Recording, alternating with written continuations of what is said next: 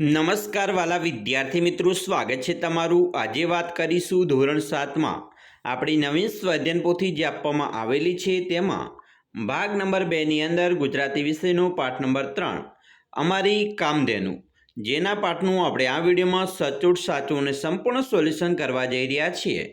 તો ચાલો વિદ્યાર્થી મિત્રો, વિડીયોની શરૂઆત કરીએ તેના પહેલાં તમે ખાસ ચેનલમાં નવા છો તો ચેનલને અવશ્ય સબસ્ક્રાઇબ કરી વિડીયોને લાઇક અને શેર કરવાનું પણ ન ભૂલતા। પાઠ મિત્રો 3 છે અમારી કામધેનુ, જેમાં પ્રશ્ન 1 છે એકમમાંથી સ્થાનિક ભાષામાં શબ્દો શોધીને લખો। તો અહીંયા મિત્રો શબ્દો છે બોડી, ખરેરો, ટંકી, બાફણો, આંચળ, ઉબેલ, વાડકી, વંશવેલો અને દોહવા। તો આવા શબ્દો છે એ આપણે એકમમાંથી સ્થાનિક ભાષાની અંદર વપરાયેલા શબ્દો લખ્યા। હવે પ્રશ્ન 2 ની વાત કરીએ। ઉદાહરણ મુજબ લખવાનું છે, જેમાં ઉદાહરણ આપેલું છે દૂધમાંથી તો કે ભાઈ દહીં બને છે, તો બરફમાંથી પાણી, છાશમાંથી માખણ, ઘીમાંથી સુખડી, ઘઉંના લોટમાંથી રોટલો, દહીંમાંથી છાશ, માખણમાંથી ઘી, ચણાના લોટમાંથી ભજીયા બનશે। પ્રશ્ન 3, વાક્યો સામે કૌંસમાંથી સાચો શબ્દ પસંદ કરી લખો। ઉદાહરણ આપેલું છે પોતાના દેશમાં બનેલું તો સ્વદેશી કહેવાય, તો પોતાના પર કાબૂ ધરાવતા હોય એને સ્વયં નિયંત્રણ કહેવાય, પોતે જ કમાતા હોય એને સ્વરોજગારી કહેવાય, હું મારી સુરક્ષા કરી શકું છું તો સ્વરક્ષણ, આજે મેં પરીક્ષા આપી સ્વમૂલ્યાંકન, મેં મારી જાતને ઉગારી લીધી તો સ્વબચાવ।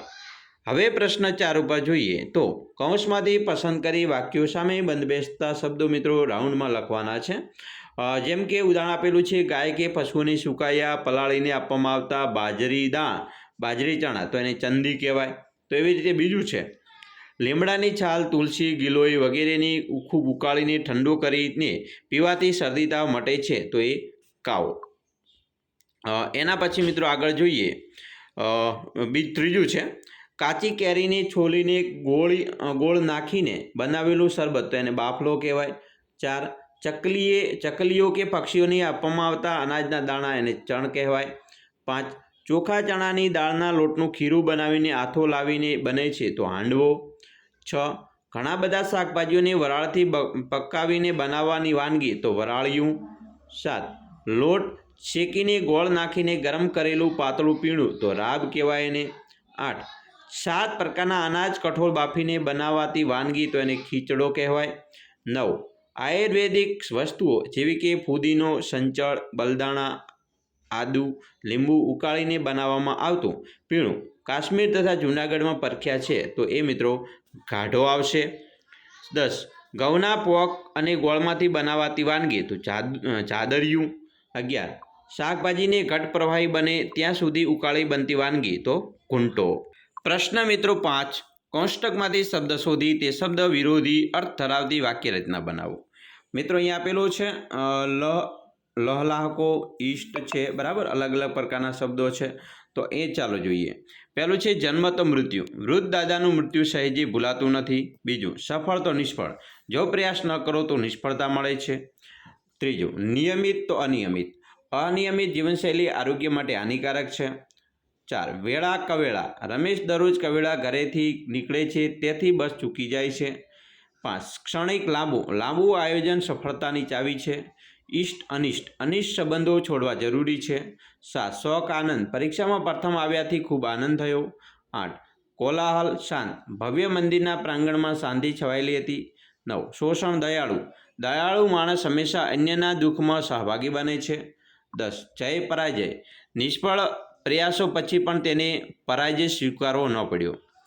પ્રશ્ન મિત્રો 6, રેખાંકિત કરેલા શબ્દો અલગ અર્થ થાય છે જે કૌંસમાંથી શોધીને ઉદાહરણ મુજબ લખો।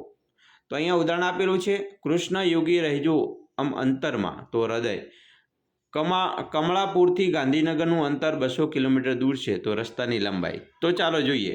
તો અહીંયા મિત્રો આપેલો છે પહેલો શબ્દ છે ભેટી, તો ભેટી એટલે વેપારીની દુકાન કહેવાય। અને બીજો જે શબ્દ વપરાય છે ભેટી તો એ વંશ પરંપરાગત છે।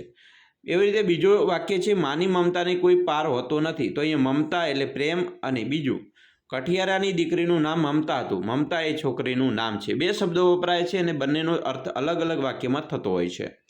જેમ કે પહેલું વાક્ય અહીંયા ત્રીજામાં પહેલું વાક્ય મીઠું છે, તો મીઠું શબ્દ છે એ નમક બતાવે છે, અને બીજું છે અરે તરબૂચ તો બહુ જ મીઠું છે, અને મીઠું અહીંયા ગળપણ બતાવે છે. બંને શબ્દ છે, બંને શબ્દમાં વાક્યની અંદર અલગ અલગ અર્થ થતા હોય છે.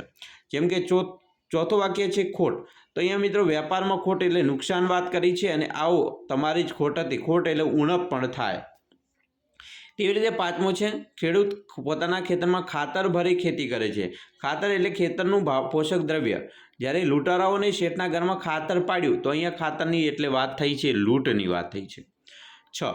બોડી ગાયને બા રોજ લીલો ચારો ખવડાવે. લીલો એટલે સુકાયેલો ન હોય તેવું. અને બીજું પોપટનો લીલો રંગ કેવો સુંદર હોય છે. અહીંયા લીલો એટલે ભીનો રંગ. પ્રશ્ન 7. આમ પેલા વાક્યમાં શબ્દો આડાવડા થઈ ગયા છે, તેને ફરીથી સાચી રીતે ગોઠવો. તો મિત્રો અહીંયા જોઈએ, પહેલું છે તો પહેલું વાક્યમાં આડાવડું થયું છે તે વાક્ય છે ગામની સ્ત્રીઓ વટ સાવિત્રીના દિવસે પીપળાની પૂજા કરે છે. બીજું, મારો અભ્યાસ પૂરો થયો અને મને નોકરી મળી ગઈ. બીજું વાક્ય છે એનો અર્થપૂર્ણ વાક્ય થશે મારો અભ્યાસ પૂરો થયો અને મને નોકરી મળી ગઈ. ત્રીજું વાક્યમાં છે ગાયના દૂધની લાયણીના મહિને 25 રૂપિયા આવતા. ચોથું વાક્ય છે સંક્રાંતિના દિવસે લોકો એને ઘૂઘરી ખવડાવે. હવે પ્રશ્ન 8ની વાત કરીએ. એકમના આધારે વાક્ય ખરું છે કે ખોટું તે લખો. તો અહીંયા પહેલું વાક્ય છે કાઠિયાવાડી ગાયનું નામ બોડી પાડેલું, તો આ વાક્ય ખરું છે, ખરું લખ્યું આપણે. બીજું, બોડી ગાય કુટુંબને ખરેખર કામધેનુ હતી, તો આ પણ વાક્ય ખરું છે. 3. સારા નરસા પ્રસંગે લોકો બોડીનું દૂધ લેવા આવતા, તો ખોટું વાક્ય છે. 4. બોડી ગાય બીમાર થવાથી મરી ગઈ હતી, તો આ વાક્ય પણ ખોટું છે. 5. વટ સાવિત્રીના દિવસે ગામની સ્ત્રીઓ પીપળાનું પૂજન કરે છે, તો આ વિધાન સાચું છે. હવે પ્રશ્ન 9ની વાત કરીએ. મિત્રો અહીંયા ઉદાહરણ મુજબ શબ્દોનો અર્થ જાણો અને તેનો વિરોધી શબ્દ લખો. બરાબર, તો ઉજળું દૂધ અને આંખનું કાજળ ધોળું કાળું, બરાબર એવી રીતે. તો ખાવાના સાંસા અને દોમ દોમ સાહબી, તો ગરીબ અને અમીરીનો ભાવ બતાવ્યો છે. માલિકીની વસ્તુ અને બીજાની વસ્તુ, તો પોતાનું અને પારખું. વિરોધી થશે પોતાનું તો પારકું. અડીને આવેલું અને ખૂબ આઘું. અડીને આવેલું એટલે નજીક, ખૂબ આઘું એટલે દૂર. હમણાં જ રાંધેલું એટલે કે તાજું, અને ગઈકાલે રાંધેલું વાસી. 5 વર્ષે મળ્યા તોય ઓળખી ગયા એટલે કે સ્મરણ, અને કાલનું વાંચેલું ભૂલી જવાયું વિસ્મરણ.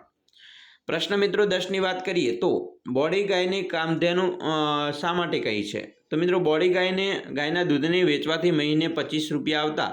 આ રકમથી પરિવારનું ગુજરાન ચાલતું હોવાથી લેખકે બોડી ગાયને તેમની કામધેનુ તરીકે ઓળખાવી હશે. બીજું, સારા નરસા પ્રસંગે લોકો બોડી ગાયને શા માટે યાદ કરતા હતા? તો એનો જવાબ લખીએ કે સારા કે નરસા પ્રસંગે લોકોને બોડી ગાયના છાણ અને મૂત્રની જરૂર પડતી, માટે સારા નરસા પ્રસંગે લોકો બોડી ગાયને યાદ કરતા. બીજું, ત્રીજો પ્રશ્ન છે ખેતર વેચાઈ ગયું ત્યારે તેનું કુટુંબ બોડી ગાય પર જ નભતું, એવું કેમ કહ્યું હશે? તો જવાબ છે કે ખેતર વેચાઈ ગયા પછી બોડી ગાયના દૂધથી મળતા પૈસાથી જ ઘર ચાલતું. કુટુંબનું નભવાનું માત્ર બોડી ગાયના દૂધ ઉપર જ હતું. 4. બોડી ગાય કુટુંબનું કોઈ પૂર્વજન્મનું ઋણ અદા કરવા આવી છે એવું લેખકને કેમ લાગે છે? જવાબ, કસોટીના સમયમાં બોડી ગાયે દૂધ આપીને પરિવારનો સહારો બની હતી, માટે લેખકને લાગ્યું કે એ પૂર્વજન્મનું ઋણ અદા કરવા જ આવી હશે. 5. બોડી ગાયના સ્વભાવની શી વિશેષતા હતી? જવાબ, બોડી ગાય શાંત, સહનશીલ, પ્રેમાળ અને સમજદાર સ્વભાવની હતી. એ સ્વચ્છતા પ્રેમી હતી. ગંદામાં ક્યારે બેસતી કે ખાતી ન હતી. પ્રશ્ન મિત્રો 11ની વાત કરીએ. કોઈ પ્રાણી સાથેની તમારી દોસ્તી વિશે લખવાનું હોય તો આપણે લખી શકીએ કે ભાઈ મારી એક પાળેલી બિલાડી છે, તેનું નામ મિની છે. તે ખૂબ નાની હતી ત્યારે મને રસ્તે મળતી હતી. હું એને ઘરે લાવ્યો અને આજ સુધી મારી મિની મારી સૌથી સારી દોસ્ત છે. મિની મારી સાથે રમે, મારી પાસે બેસે, અને હું દુઃખી હોઉં ત્યારે મારી સાથે રમે.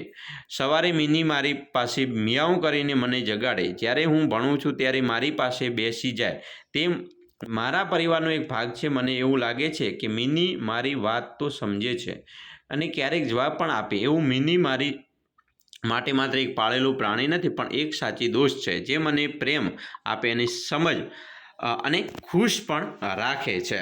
બરાબર. તો આવી રીતે તમે પણ તમારે કોઈ મિત્રો કોઈ પ્રાણી સાથે દોસ્તી થઈ હોય તો તેના વિશે તમે લખી શકો છો. મિત્રો સરસ મજાનું આપણું કામધેનું જે મિત્રો પાઠ છે તેનું આપણે સ્વાધ્યાયન પોથીની અંદર જે આપેલા છે અલગ અલગ મિત્રો પ્રશ્નો એનું સંપૂર્ણ સોલ્યુશન કર્યું. મિત્રો તમને પણ આપણો આ વિડીયો છે ખૂબ જ ઉપયોગી નીવડશે અને મિત્રો બધું જ કોમ્પ્યુટરાઇઝ લખેલું છે એટલે તમને મજા પણ આવી હશે. મિત્રો ખાસ તમે મજા આવી હોય તો આપણી ચેનલને અવશ્ય સબસ્ક્રાઈબ કરી વિડીયોને લાઇક અને શેર કરવાનું પણ ન ભૂલતા, જેથી કરી અવનવા વિડીયો તમારા સુધી અમે મિત્રો મોકલતા રહીશું. ચાલો મિત્રો ફરી મળીશું નેક્સ્ટ વિડીયોમાં. અમને રજા આપશો. જય હિન્દ, જય જય ગરવી ગુજરાત.